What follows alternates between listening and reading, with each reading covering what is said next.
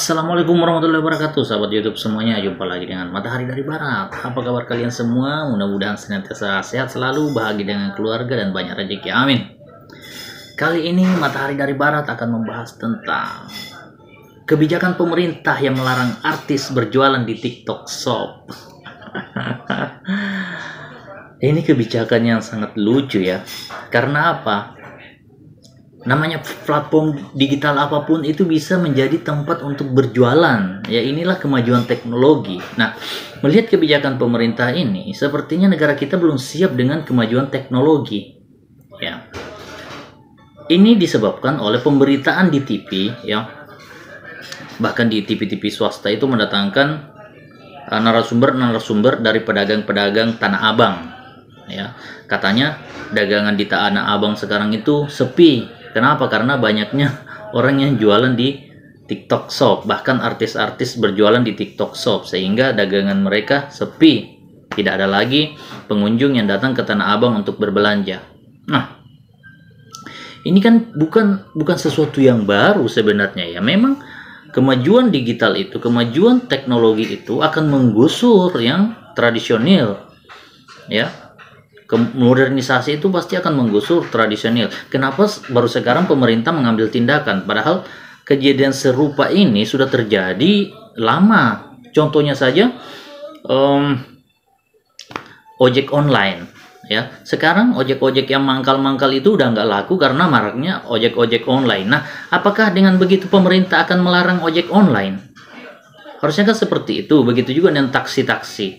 Ya, sekarang taksi pada bangkrut. Ya. Kenapa? Karena adanya ojek online, taksi online. Nah, taksi-taksi yang biasa mangkal itu sepi penumpang. Kenapa? Karena ya orang sekarang sudah canggih. Pertama, ojek online atau taksi online itu lebih safety, lebih aman. Kenapa? Karena identitas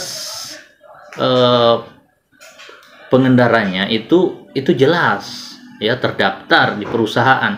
Nah, kalau ojek biasa itu kan kita tidak tahu identitasnya siapa, makanya seringkali terjadi penipuan terhadap para penumpang. Ya, bilangnya 30.000, tau-taunya jadi 100.000, ya kan? Dibawa berkelok-kelok, harusnya dekat cuma 5.000, tau-taunya jadi 100.000. Nah, itu seperti itu yang terjadi. Nah, kalau misalnya ojek online itu transparan, harganya di situ sudah tertera, jadi rasa amannya itu ada gitu, keselamatannya itu merasa lebih terjamin dengan menggunakan jasa ojek online ataupun taksi online. Nah, begitu pula yang terjadi di pasar Tanah Abang saat ini, ya, dimana bahwa di pasar Tanah Abang itu kan image-nya apa? Banyak preman, banyak copet, banyak maling, belum lagi kemacetannya segala macam. Nah, itulah yang membuat masyarakat sekarang menjadi malas untuk bepergian ke pasar seperti Tanah Abang, utamanya masyarakat Jakarta ya. Makanya mereka akan lebih suka berbelanja online, bukan cuma di TikTok Shop saja, tetapi di platform-platform media sosial lainnya, di Facebook, di YouTube ya, terus di pasar online seperti itu. Nah, tapi kenapa sekarang jadi lebih masalah? Nah, itu ada hubungannya juga dengan media nasional ya. Nah, kalau saya melihat permasalahan yang terjadi saat ini adalah bahwa TV-TV nasional itu sekarang kehilangan pengiklan, ya, karena perusahaan-perusahaan advertising itu lebih suka mengiklankan di medsos daripada di TV-TV nasional sekarang. Kenapa?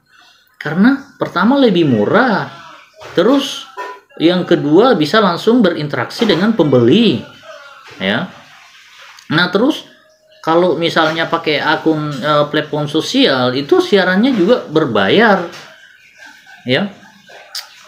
Misalnya pakai platform TikTok ya. Selain mendapatkan keuntungan dari hasil penjualan, terus dari perusahaan yang barang-barangnya dijual juga mendapatkan bonus dari TikTok ya. Kalau iklannya di situ banyak ya, utamanya dari endorse segala macam. Nah, makanya yang masyarakat lebih cenderung untuk berbelanja di situ karena bisa lebih murah juga. Kenapa? Karena toko online itu kan tidak dibayar ya. Beda dengan grosir-grosir yang ada di Tanah Abang itu kan, itu toko-tokonya kan mahal dibayarnya. Sedangkan kalau misalnya kita punya toko online itu tidak berbayar, ya tidak disewa, sehingga barang yang didagangkan itu bisa lebih murah, ya. Tapi sebenarnya tidak murah juga kalau misalnya itu diakumulasikan dengan biaya deliverynya, pengantarannya. Itu sebenarnya yang terjadi. Cuma karena kelihatannya di situ, oh harganya sekian, lebih murah. Padahal kalau misalnya dimasukkan biaya pengantarannya juga, ya mungkin kurang lebih ya sama ya. Tapi dari sisi keamanan ini, kenyamanan ini yang masyarakat inginkan, ya kita lihat bahwa kebijakan Jakarta, apalagi setelah dipimpin oleh Anies Baswedan, ya bukannya mengurai kemacetan, malah menambah kemacetan. Kita lihat bahwa jalan-jalan itu bukannya diperlebar, malah trotoarnya yang diperlebar untuk pejalan kaki. Akhirnya apa? Jalanan semakin macet, mobil-mobil semakin banyak yang menumpuk berjam-jam di jalanan, polusi udara semakin meningkat. Nah, itu yang membuat masyarakat enggan dan malas untuk keluar rumah hanya untuk berbelanja. Kalau misalnya bisa berbelanja di dalam rumah, mengapain pergi ke Tanah Abang berbelanja? Keselamatannya terancam, ya kan? Polusi udara, biayanya juga lebih mahal. Nah, seperti itu. Ya kalau begitu mendingan di rumah saja belanjanya. Jadi saya kira pemerintah ini sebenarnya kalau menurut saya keliru ya, mengeluarkan peraturan yang melarang artis-artis untuk berdagang di TikTok Shop. Seperti itu. Jadi kebijakan pemerintah kita lihat akhir-akhir ini sepertinya menzolimi para artis. Ya, tidak boleh mengiklankan judi slot, tidak boleh berdagang online. Ada apa? Sepertinya hak asasi manusia, HAM ini sepertinya apa ya, terjadi pelanggaran HAM kepada artis-artis ini. Kenapa artis-artis itu sepertinya beralih ya dari televisi kepada medsos, ya media sosial atau platform media sosial, karena mereka sudah tidak punya tempat di media-media televisi lagi. Kenapa? Karena iklan-iklan pun sekarang dikuasai oleh politisi. Seharian itu yang menarik untuk ditonton itu adalah berita-berita tentang politik. Jadi yang menghiasi layar kaca setiap hari itu adalah para politikus-politikus yang mukanya ya banyak juga yang tidak enak dilihat. Padahal kalau artis-artis kan enak ya, mukanya enak-enak dilihat ya. Jadi artis ini tergusur oleh para politikus. Sepertinya seperti itu. Jadi menurut saya kebijakan seperti ini sangat keliru. Harusnya pemerintah itu memberikan ruang kepada artis-artis ini untuk tetap berada di layar kaca ya.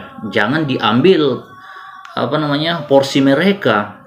Berikan ruang. Kalau perlu dibuat peraturan bahwa politikus itu tidak boleh muncul di layar televisi lagi. Harusnya seperti itu supaya artis-artis ini punya tempat ya di televisi untuk menghibur masyarakat yang stres pada hari ini. Kenapa stres? Karena ya ekonomi semakin berat. Ya pemerintah juga belum mampu menggenjot ekonomi untuk menjadi lebih baik. Ya kan?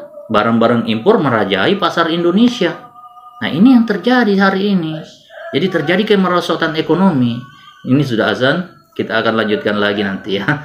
Matahari dari Barat. Assalamualaikum warahmatullahi wabarakatuh.